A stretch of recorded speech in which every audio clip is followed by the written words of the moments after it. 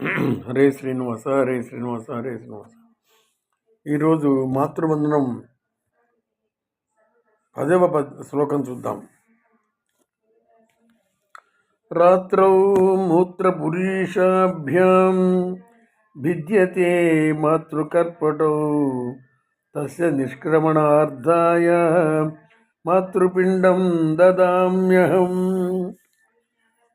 దీని తాత్పర్యం, రాత్రిపూట మలమూత్రములతో నీ ప్రక్క తడిపి నీకు సుఖం లేకుండా చేసినందుకు ప్రతిగా ఈ మాతృపిండాన్ని నీకు సమర్పిస్తున్నానమ్మా అని కుమారుడు తల్లికి పిండ ప్రదానం చేస్తున్నాడు.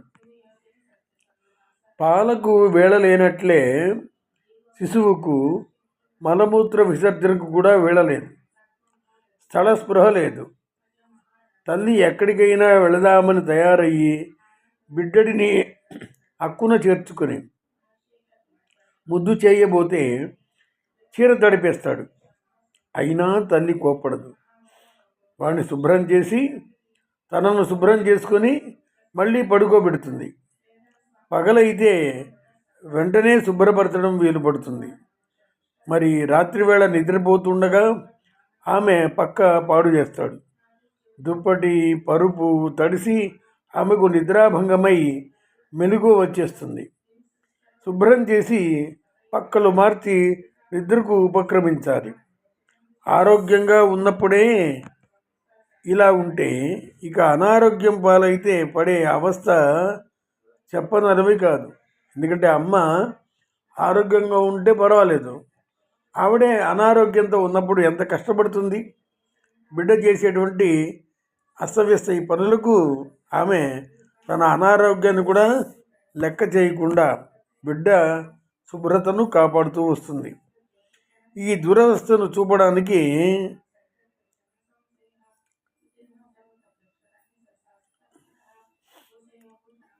అది మాటలకు అందనటువంటి విషయం.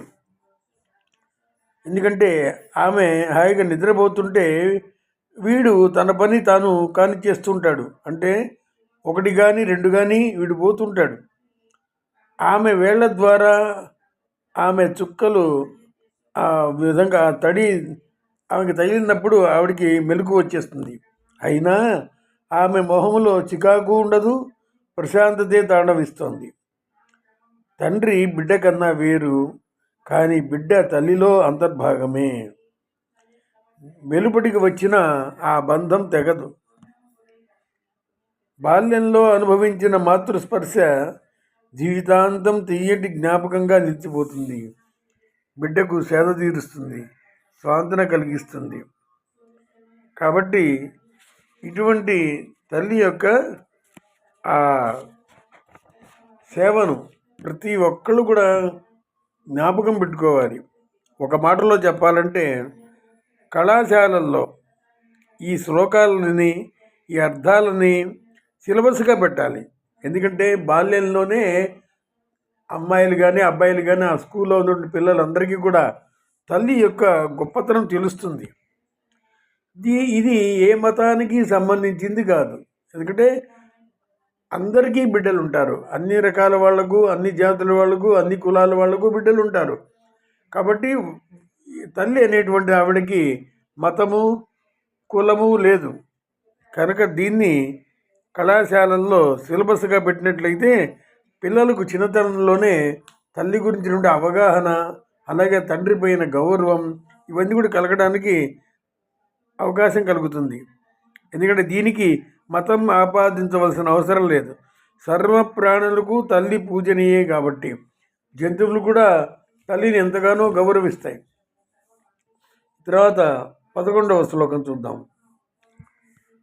మాఘే మాసి నిదాఘే చ శిశిరాత బంధుక్కదా తస్య నిష్క్రమణార్థాయ మాతృపిండం దదామ్యహం. మాఘే మాసి నిదాఘే చ శిశిరాత దుఃఖితా తస్య నిష్క్రమణార్థాయ మాతృపిండం దదామ్యహం. దీని అర్థం, చాలా దీర్ఘమైన మాఘమాస రాత్రులందు అంటే రాత్రి 12 గంటలు చాలా నిదానంగా గడుస్తుంది. ఎందుకంటే మాఘమాసం తర్వాత ఆ చలికాలంలో పగలు తక్కువ, రాత్రి కాలం ఎక్కువ. అందుకనే చాలా దీర్ఘమైన మాఘమాసం అని చెప్పడం. చాలా దీర్ఘమైన మాఘమాస రాత్రులందు శిశిరాతపాన్ని శిశిరాతపాన్ని దుఃఖాన్ని అనుభవింపజేసినందుకు ప్రతిగా ఈ మాతృపిండాన్ని అమ్మా నీకు సమర్పిస్తున్నాను అని బిడ్డ పిండ ప్రదానం చేస్తాడు. ఎందుకంటే ఎండాకాలంలో ఒకవేళ చీర తడిసినా పక్క తడిసినా పెద్దగా అనిపించదు. కానీ చలికాలం మరి మాఘమాసం ఆ చలికాలంలో తల్లికి ఎంత ఇబ్బంది కలుగుతుంది. కానీ ఇవి నిజంగా ఆ బిడ్డకి ఏమీ తెలీదు. అది ఏ మాసమో తెలీదు, పరిస్థితి తెలీదు, అమ్మ అవస్థ తెలీదు. సాధారణంగా గ్రీష్మానికి అన్వయమయ్యే నిదాఘేచ అనేటువంటి పదాన్ని వ్యాసుడు దీనిలో మాఘమాసానికి అన్వయించారు. ఎందుకంటే దీర్ఘమైన మాఘమాస రాత్రులలో చలిని తట్టుకుంది తల్లి. లోకంలో ఎవరి ఉపకారానికైనా ప్రత్యుపకారం చేసి రుణం తీర్చుకోవచ్చు.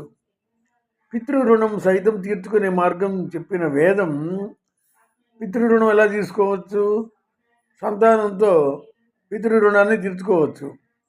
ఆ విధంగా తీర్చుకునేటువంటి మార్గం చెప్పినటువంటి వేదం మాతృరుణం తీర్చుకోగలిగే ఉపాయం మాత్రం చెప్పలేదు. అంటే వేదాల్లో కూడా లేదు, ఏ గ్రంథాలలోనూ లేదు. మాతృ రుణం తీర్చుకోగలిగే ఉపాయం చెప్పలేదు.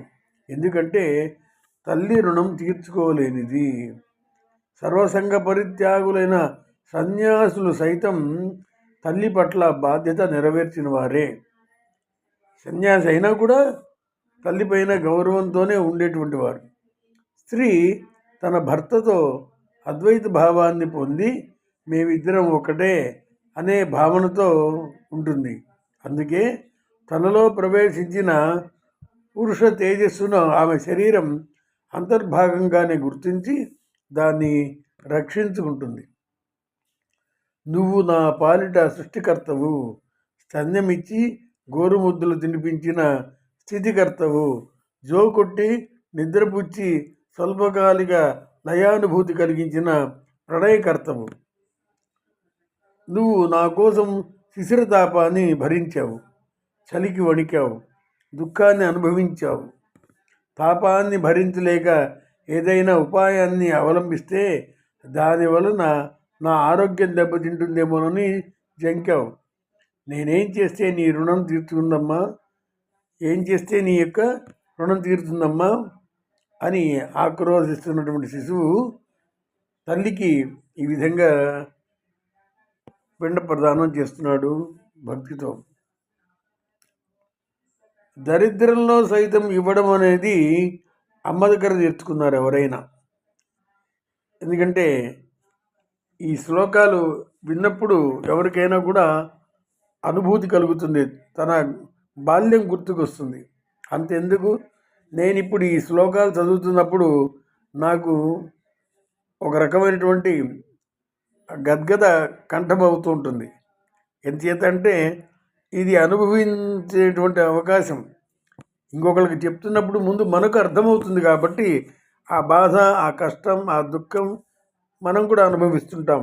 కాబట్టి ఇప్పుడు నా పరిస్థితి కూడా అదే. తర్వాత శ్లోకం క్షుత్రిభ్యాం వ్యాకులే పుత్రే యాన్నం నీరం ప్రయచ్చతి తస్య నిష్క్రమణార్థాయ మాతృపిండం దదామ్యహం. క్షుత్రిభ్యాం వ్యాకులే పుత్రే యాన్నం నీరం ప్రయచ్చతి తస్య నిష్క్రమణార్థాయ మాతృపిండం దదామ్యహం. ఆకలితో అలమటించిన నాకు తినడానికో తాగడానికో ఇచ్చి రక్షించినందుకు ప్రతిగా నీకు ఈ మాతృపిండాన్ని సమర్పిస్తున్నాను అని బిడ్డ కుమారుడు అమ్మకు పిండ ప్రదానం చేస్తున్నాడు. శిశువు అర్భకుడు, వాడికేం కావాలో వాడికే తెలియదు. కానీ తల్లి గ్రహిస్తుంది. ఎప్పుడు ఆకలి వేస్తుందో, ఎప్పుడు దాహం వేస్తుందో తెలుసుకుని సమయానికి సమకూరుస్తుంది. వాడికి తగిన విధంగా ఆహారాన్ని తయారు చేసి ఇస్తుంది. అది తన బాధ్యతగా భావించి దానిలో లోటు జరిగితే అపరాధం చేసినట్లు భావిస్తుంది. అంటే ఎక్కడైనా మిగతా ఎక్కడ పొరపాట్లు జరిగినా, లోటుపాటు జరిగినా ఏమనుకోదు. కానీ బిడ్డ గురించి మాత్రం ఎక్కడైనా లోటుపాటు జరిగితే బిడ్డ పట్ల తాను చాలా అపరాధం చేసినట్టుగా భావిస్తుంది. పని మీద బయటకు వెళ్ళి ఇంటికి తిరిగి వచ్చిన తల్లికి గుమ్మంలో పిల్లవాడు ఎదురై ఆకలేస్తుందమ్మా అంటే తల్లి విపరీతంగా బాధపడి తానును తాను తిట్టుకుని గబగబా వండి పెడుతుంది. ఆ సమయంలో తన ఆకలి సంగతి చూసుకోదు. చివరకు ఆమె విస్తరి ముందు కూర్చునేసరికి ఆ పిల్లవాడే ఎన్నో అవాంతరాలు కల్పిస్తాడు. అయినా తల్లి విసుగు చెందదు. ఎదుటివారి నుండి ఏ ప్రయోజనాన్ని అపేక్షించకుండా చేసే గుణం ప్రేమ. అంటే ప్రేమ ఉన్నవాళ్ళు ఇతరుల నుంచి తనకు ఏమి లభిస్తోందని చూడరు. ఎందుకంటే ప్రేమ ఉంది కాబట్టి అది ఏ ప్రయోజనాన్ని కూడా అపేక్షించదు. ఎదుటివారి అభ్యున్నతి కోసం సర్వస్వం వదులుకునే గుణం త్యాగం. ప్రేమ త్యాగం రెండూ కలిపిన మూర్తి మాతృమూర్తి మాత్రమే. బిడ్డ ఆకలేస్తే ఏడుస్తున్నది బిడ్డ కాదు, నిజంగా అమ్మ ఏడుస్తుంది. అయ్యో బిడ్డకి సమయానికి ఆకలి తీర్చలేకపోయానే అని. భాగవతంలో కృష్ణుడికి ఆకలి వేస్తే యశోదమ్మ రోధిస్తుంది. ఆమె కన్నీటి బిందువు పిల్లవాడికి బొట్టుగా అమరుతుంది. ఆజ్ఞాచక్రంపై బొట్టు ఉండటం మంగళప్రదం. నా కోసం బాధపడే అమ్మ ఉన్నంతకాలం నేను క్షేమమే అని బిడ్డ గ్రహించాలి. ఎందుకంటే బిడ్డ కోసమే బాధపడేటువంటి అమ్మ ఉన్నంతకాలం నేను క్షేమంగా ఉన్నాను అని బిడ్డ గ్రహించాలి. అందుకే చేతులు జోడించి తల్లికి నమస్కరించాలి. నన్నింత వాడిని చేసిన నీకు నేను ఈనాడు ఇవ్వగలిగేది కేవలం ఒక పిడచ మాత్రమే. కాకులు కుక్కలు సంచరించే ఈ శ్మశానంలో రుచి పచి లేని పిండం పెడితేనే నువ్వు సంతోషపడుతున్నావే అని కుమారుడు బాధపడుతూ పిండ ప్రదానాన్ని చేస్తాడు. ఎందుకంటే మామూలుగా ఎవరికైనా భోజనం పెట్టాలంటే శుచిగా రుచిగా ఇంట్లో అన్ని వసతులు ఏర్పాటు చేసి పెట్టాలి. ఇప్పుడు తల్లికి పిండ ప్రదానం చేసేటప్పుడు అది ఎక్కడ చేస్తున్నాడు? ఆ యొక్క సరైనటువంటి ప్రదేశం కాదు అది. కాకులు కుక్కలు సంచరించేటువంటి శ్మశానంలో రుచి పచి లేని పిండం అక్కడ సమర్పిస్తాడు శ్మశాన వాటికలో. దానికే తల్లి ఆనందపడుతుంది. అంటే బిడ్డ నాకు పిండ ప్రదానం చేశాడు అని. మరి తల్లి ఇన్ని త్యాగాలు ఇంత ప్రేమ చూపిస్తున్నప్పుడు ప్రతి పిల్లవాడు ఎలా ఉండాలి? అబ్బాయి కానీ అమ్మాయి కానీ. అందుకనే బాల్యంలోనే ఈ విషయాలన్నీ వాళ్ళకి తెలిసేటట్టుగా చేయాలి. అందుకనే ఒక క్లాసు ఇది కూడా చెప్పాలి పిల్లలకి. చెప్పినప్పుడే వాళ్ళకి అనుభవంలోకి వస్తుంది. తద్వారా వాళ్ళు తమ తల్లిదండ్రులను, అంటే ఎవరినో కాదు మనల్నే వృద్ధాశ్రమంలో చేర్చకుండా ఉంటారు. కంటికి రెప్పలాగా చూసుకుంటారు. కాబట్టి ఇది నిజంగా వాళ్ళ సేవ కాదు, మన సేవే. అంటే మనకు మనమే సేవ చేసుకుంటున్నాం. ఎందుకంటే మన బాగోగులు తర్వాత వాళ్ళు చూడాలి. వాళ్ళు చూడకుండా మనల్ని ఏ అనాథాశ్రమంలోనూ వృద్ధాశ్రమంలో పడేస్తే బాధపడేది మనమే. కాబట్టి తర్వాత వృద్ధాప్యంలో మనం బాధపడకుండా వృద్ధాశ్రమంలో చేరకుండా ఉండాలంటే ముందుగా ఆ జ్ఞానాన్ని, ఆ విషయాన్ని, విజ్ఞానాన్ని పిల్లలకు బోధించాల్సిన అవసరం మనపైనే ఉంది. హరే శ్రీ.